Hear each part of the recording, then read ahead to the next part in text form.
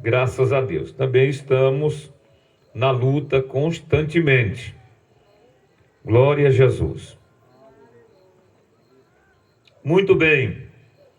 O nosso propósito aqui é de proclamar a salvação através do louvor e também da pregação do Evangelho. O apóstolo Paulo, ele disse: porque Deus determinou que os homens devem ser salvos pela loucura da pregação. E se você observar, não foi determinado isto quando Paulo disse. Foi determinado por Deus desde o jardim do Éden, e de lá para cá vem sendo pregado o Evangelho por Noé, Enoque, Sete, Enos e todo o povo de Deus que no transcorrer da história tem anunciado o Evangelho. E agora chegou a nossa vez. Você sabia que agora é a nossa vez? Que a vez dos outros passaram? Que Abraão, Noé, Moisés, Isaías, Paulo já não tem mais a oportunidade, eles passaram, estão na glória, venceram a batalha, cumpriram o seu ministério, agora é a nossa vez. E nós devemos fazer isto com alegria, com afinco, com determinação, exaustivamente, aproveitando o tempo, remindo o tempo. Aleluia! Glória a Deus! Nesta oportunidade eu vou ler a palavra do Senhor no Evangelho escrito pelo apóstolo João, no capítulo 19, e apenas o versículo 28, que diz: depois, vendo Jesus que tudo já estava consumado, para se cumprir a Escritura, disse: tenho sede. Aleluia. Esta foi uma das últimas expressões, por que não dizer, a antepenúltima palavra na cruz, que foram 7 palavras na cruz. Quando alguém era crucificado, ele estava ali diante do maior suplício, da maior condenação, do maior sofrimento, da maior tortura que já existiu até hoje. Até agora não descobriram um sofrimento maior do que a crucificação. E aqueles que eram crucificados, diante da crucificação, pregado na cruz, eles gritavam desesperadamente, gritos de dores, gritos de horror, esbravejavam, falavam palavras sem nexo, amaldiçoavam por causa do tamanho sofrimento e desespero. Mas Jesus foi diferente. Quando ele foi crucificado, a primeira palavra que ele disse por volta do meio-dia, ele falou com um cidadão que creu nele e disse: hoje mesmo estarás comigo no paraíso. Depois ele disse: Senhor, perdoa-lhes, porque eles não sabem o que fazem. Todas as palavras de Jesus foram palavras firmes, abençoadoras. E aqui nessa expressão, quando ele disse tenho sede, ele expressa aqui a sua humanidade. Ele expressa, ele mostra que ele é um ser humano. Estava crucificado ali o Filho de Deus, o qual o apóstolo João, que subiu mais alto na revelação do que Mateus, subiu mais alto na revelação do que Marcos, foi mais alto do que Lucas, porque todos eles anunciaram, fizeram a biografia do Salvador, mas nenhum deles subiu ao seio do Pai. Mas João, ele teve o privilégio de ter a visão mais alta que alguém pode ter, porque ele viu o Verbo de Deus no seio do Pai. Aleluia! Mas ele também viu ele sendo encarnado, quando ele diz que ele se tornou carne e habitou entre nós. Mas aqui, Jesus, como ser humano, ele expressa sede. Sede, se você for observar, é a mais premente e urgente necessidade humana. E por que é que Jesus sentiu sede? Eu vou explicar para você aqui. Ele sentiu sede por causa do ser humano. Ele sentiu sede por causa de nós. Ele sentiu sede por causa de você. Ele sentiu sede por causa de mim. E esta sede que ele sentiu é porque algo trágico aconteceu no início da história humana. E o que foi isto? Foi o pecado, foi a desobediência. Adão pecou lá no jardim do Éden, e o Senhor disse: por causa de ti, Adão, a terra está amaldiçoada, tudo agora vai sofrer mutação. Inclusive o caráter de Adão sofreu mutação imediatamente ele pecar, e ele agora tem a genética espiritual do pecado. E a palavra de Deus nos diz, aqui é o segundo motivo, é que todos pecaram e destituídos ficaram da glória de Deus, da comunhão com Deus, porque o pecado se alastrou, e a Bíblia diz que não há um justo, nenhum sequer. O pecado se expandiu como um vírus. Você ouviu falar, ainda está se lembrando do coronavírus? O coronavírus atingiu todo o planeta Terra. Alguém apresentou sintomas, outros não, e outros chegaram até mesmo a falecer, muitos, milhões, pelo mundo afora. O pecado, ele foi como um vírus terrível, pernicioso, que atingiu toda a raça humana. E o pecado, ele trouxe um salário, ele vem com um salário. E que salário é este? Em Romanos 6:23, o salário do pecado é informado também pelo apóstolo Paulo, quando ele diz: porque o salário do pecado é a morte. E é a morte que é o salário do pecado. Ela vem em 3 estágios.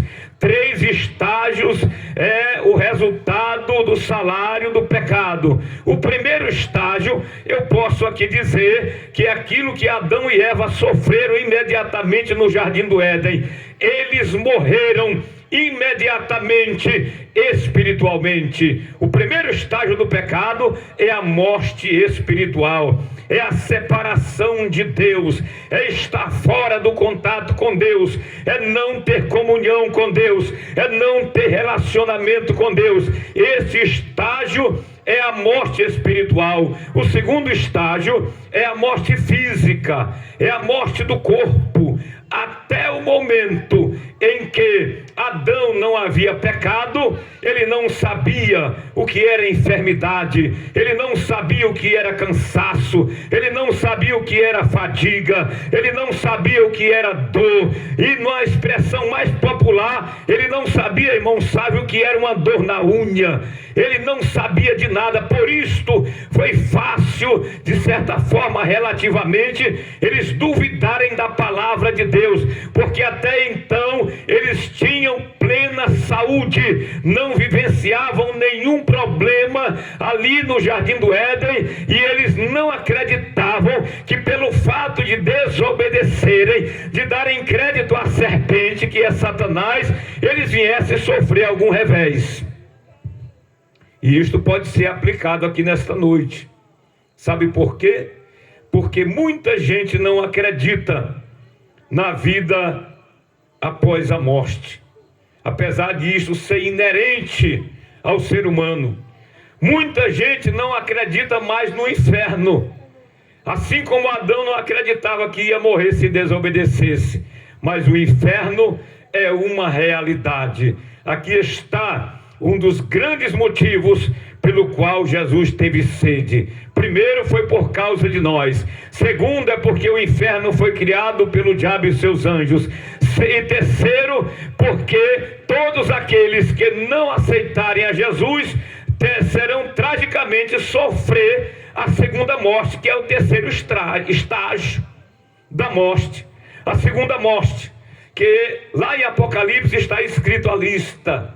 A segunda morte é para aqueles que desobedecerem, é para aqueles que rejeitarem a palavra, é para aqueles que não deixarem o vício, é para aqueles que não se arrependerem e deixarem a prostituição, é para aqueles que não deixarem o problema do pecado, do roubo, da infidelidade, a idolatria e assim por diante. É uma série de pecados que podem ser deixados ainda com o tempo e a pessoa voltar-se para Jesus para receber a salvação.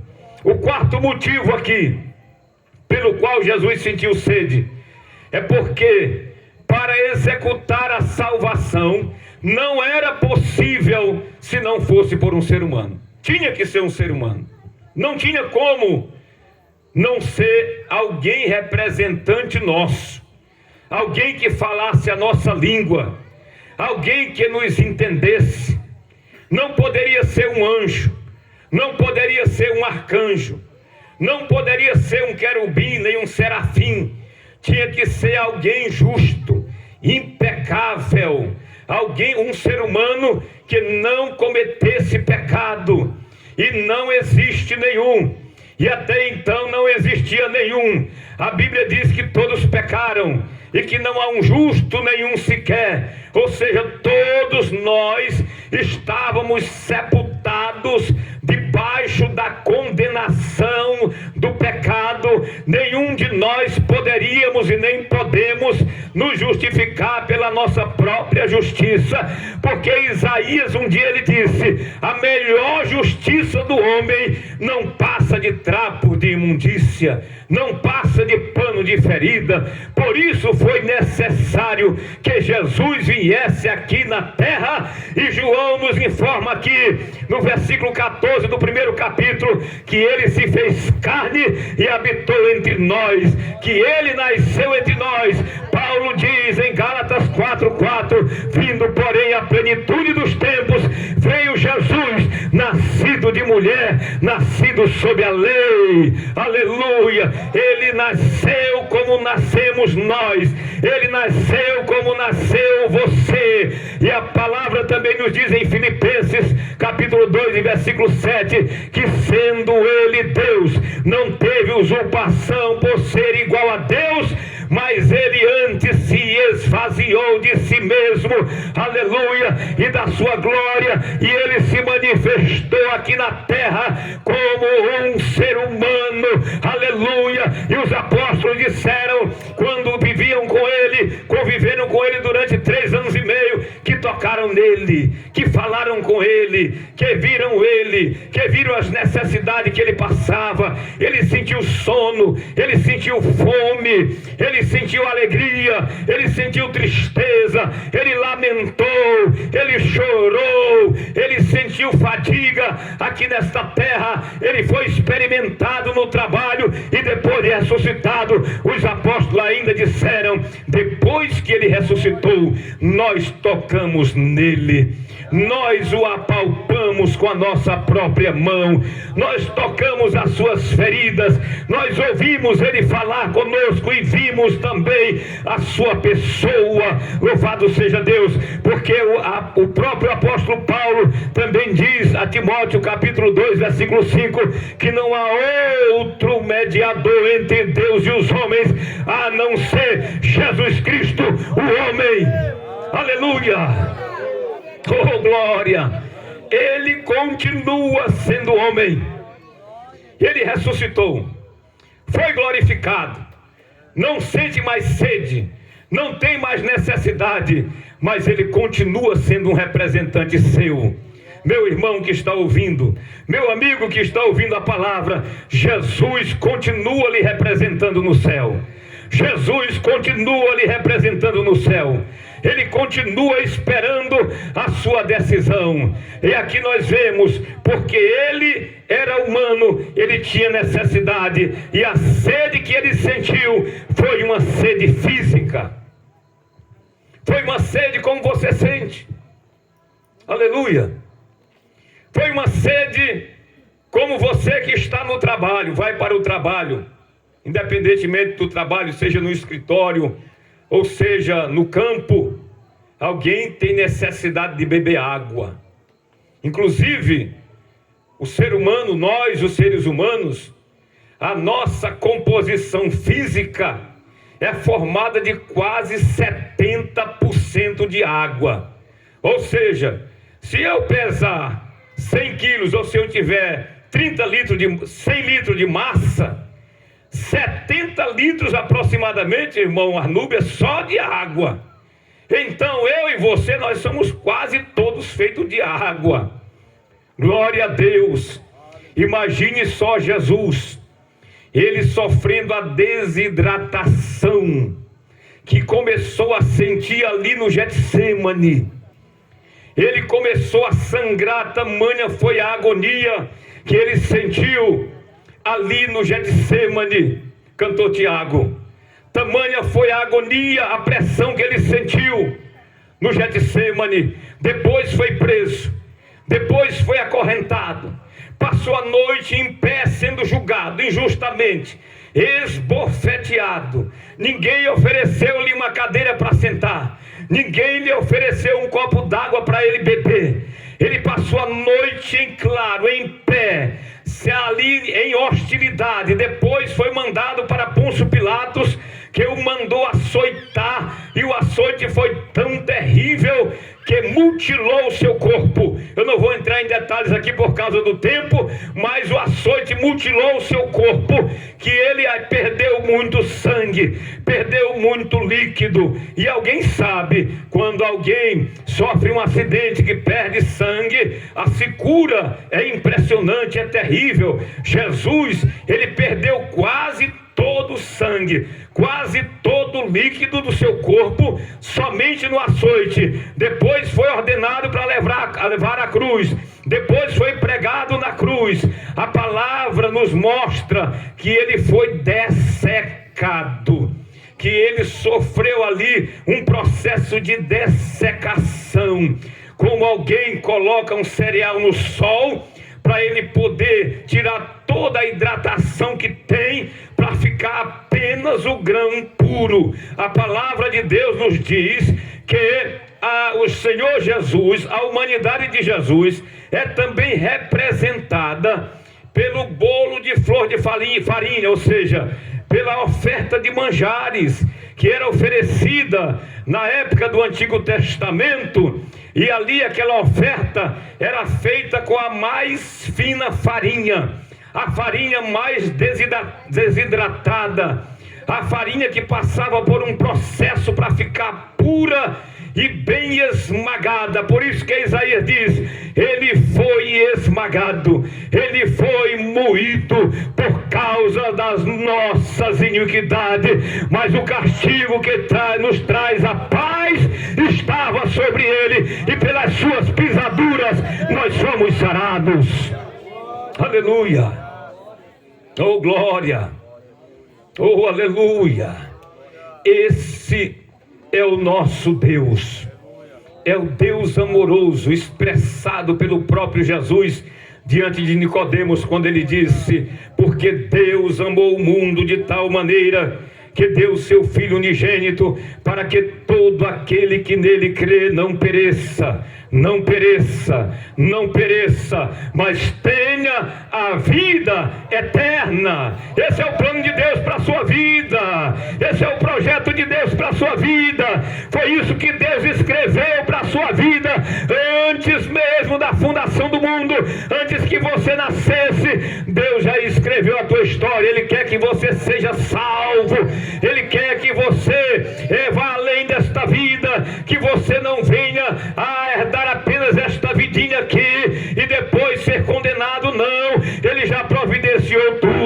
Ele já providenciou tudo pelo seu grande amor ali na cruz do Calvário. Aleluia. A sede de Jesus. E eu vou finalizar. A sede de Jesus também foi uma sede espiritual. Foi uma sede espiritual. Porque a batalha que Jesus enfrentou não foi uma batalha qualquer. Não foi uma crucificação qualquer. Ele estava em batalha contra o pecado, contra o mundo espiritual, contra as hortes espirituais da maldade, contra Satanás e seus principados, que fizeram de tudo para ele desistir. Mas ele venceu. Apocalipse, no capítulo 1, versículo 18, aleluia, o Senhor Jesus mesmo nos informa. Ele diz: eis que eu estou vivo, eu fui morto, mas revivi, e estou vivo para todo sempre. Eu venci a morte e o inferno. Aleluia. Deixa eu explicar para você melhor.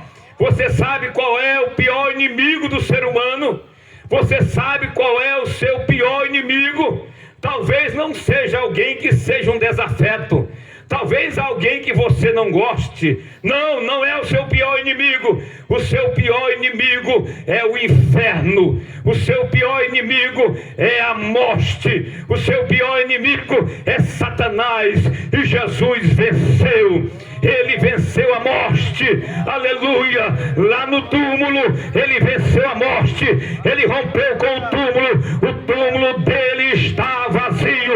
O túmulo de todos os grandes nomes, dos profetas, dos estadistas, dos poderosos, daqueles que fizeram a história, está preenchido com seus restos mortais, mas o túmulo de Jesus está vazio. Oh, glória! Porque ele venceu a morte, e ele venceu a morte por sua causa, para você ser justificado, para você receber a maior de todas as bênçãos.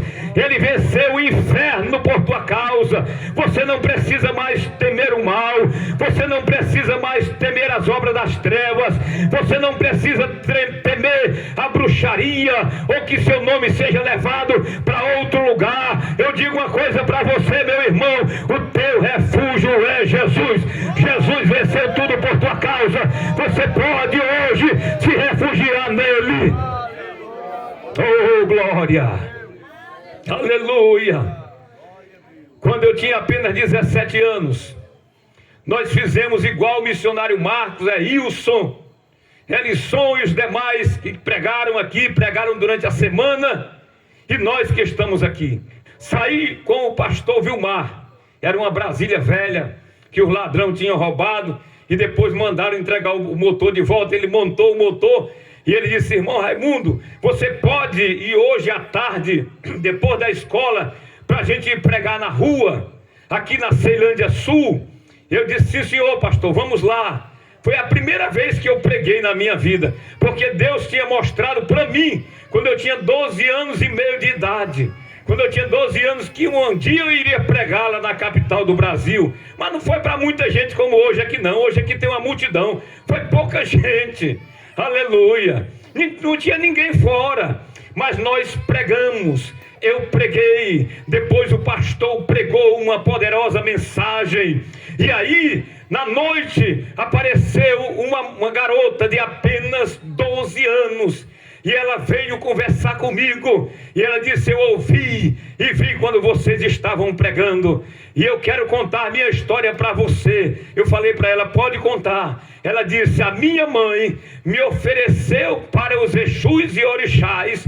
Quando ela engravidou, ela dedicou-me para as entidades infernais. E eu, quando nasci, ela mandou fazer uma estrela na minha cabeça, porque ela separou-me para trabalhar, para fazer trabalhos de bruxaria, para as pessoas aqui em Brasília. E de fato, aos 12 anos, aquela garota chamada Michele já era bastante conhecida na capital. E eu disse para ela: então Jesus lhe chamou, porque você veio aqui, então o Senhor lhe chamou. Ela disse: eu não posso ser crente, porque eles me disseram hoje à tarde que se eu for ser crente, eles vão me matar. Os demônios, Exus e Orixás ameaçaram a minha vida e disseram que vão me matar. E eu repito o que disse ontem ali na sede, o mesmo testemunho. Eu disse para ela: eles não têm poder para lhe matar, porque Jesus já venceu o inferno no teu lugar. Aleluia! Você pode aceitar a Jesus, que Ele vai te libertar hoje. E naquela noite, aquela garota aceitou a Jesus como Salvador. Eles até vieram, o missionário Marcos, e atacaram ela, mas nós repreendemos no poder do nome de Jesus. Aleluia! E ela foi liberta para a glória de Deus. No dia seguinte, ela já estava queimando